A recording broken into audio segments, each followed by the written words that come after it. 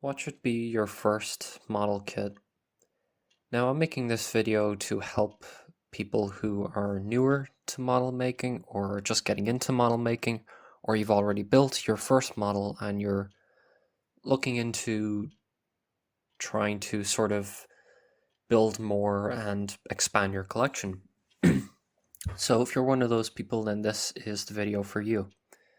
Now, I've been building models for about 2 years now, so when I started, to tell you the truth, I didn't do much research and I just bought whatever I really wanted. For example, I liked the Titanic at the time, so I built a model of the Titanic. And that's really the truth about model making. The truth of it is you don't need to buy anything specific when you're first getting into model making. You really should just build what you want to build. For example, if I like the Titanic, I was going to build a Titanic model. However, I just want to clear up a few things that the reality of it is you don't need to build anything specific. A lot of people will recommend certain model kits, and some people say to stay away from certain model kits. This video is going to be sort of like that in a way. I'm not going to bash any model kit in particular. The truth of it is, it doesn't matter what you build, it's all about just learning and expanding your knowledge in the hobby. Don't be pressured into buying a specific model kit. For example, don't build a Spitfire just because someone told you that a Tamiya Spitfire is the best model kit to build. Just because you can build it doesn't mean you should. So we're going to talk about the core principles and a sort of buying guide on what you should be choosing as your first model kit. Keep in mind, this video is only going to be focusing on your first model kit. I'm not going to be focusing on what paints and tools that you'll be needing in the hobby. If you want that, then I might make a separate video discussing that topic. So the first thing we're going to talk about is the subject. Now, there's many different types of models. There's model planes, cars, boats, sci-fi, space machines, things like that. There's almost everything under the sun. Figures, war games, or tabletop RPGs, or whatever. Generally speaking, like I said, you should just build something that you're interested in. For example, when I got into the hobby, I built a model Titanic, a 1:700 model Titanic by Revell.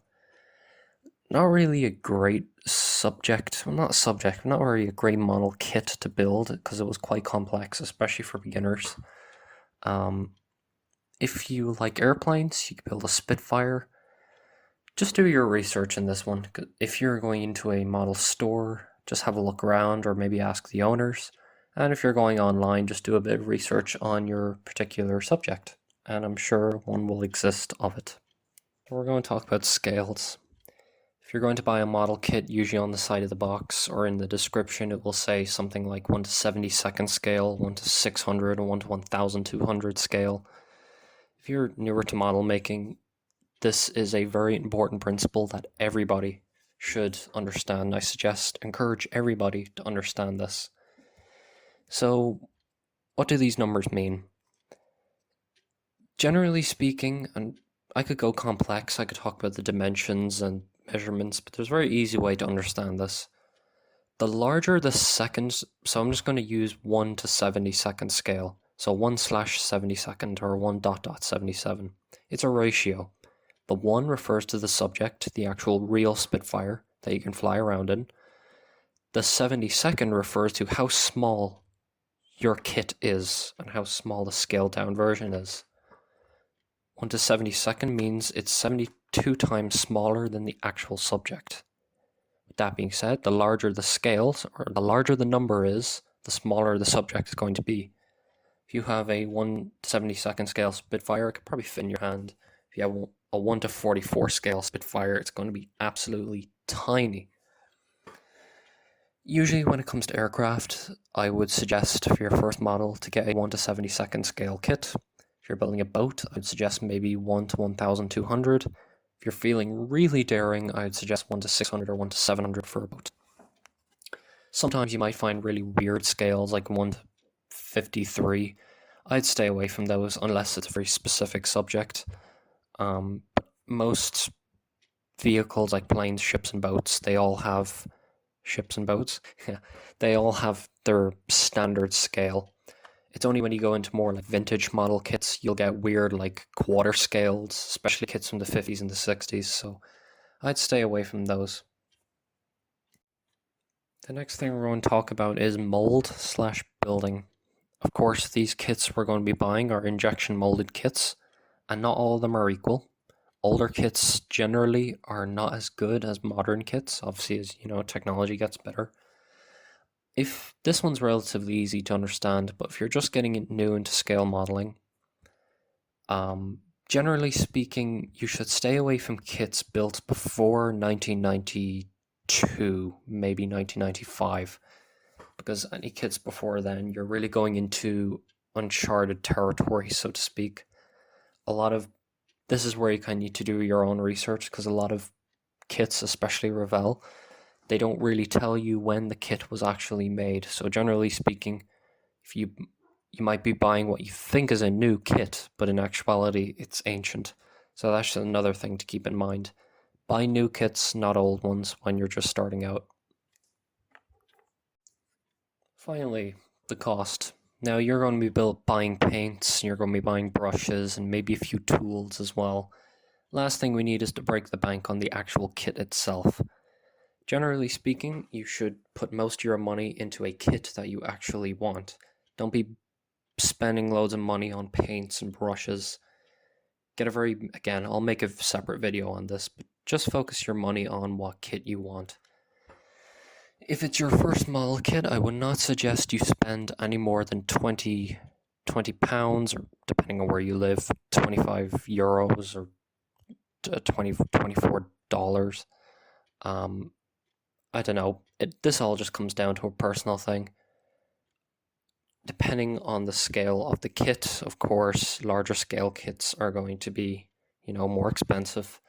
So generally speaking, don't break the bank on your first model kit. Don't be spending any more than 20 euros. Lastly, I'm going to give you some of my suggestions on what kit you should buy if you're just new to the hobby. The first suggestion I would suggest is to buy basically any starter kit by Revell or Airfix.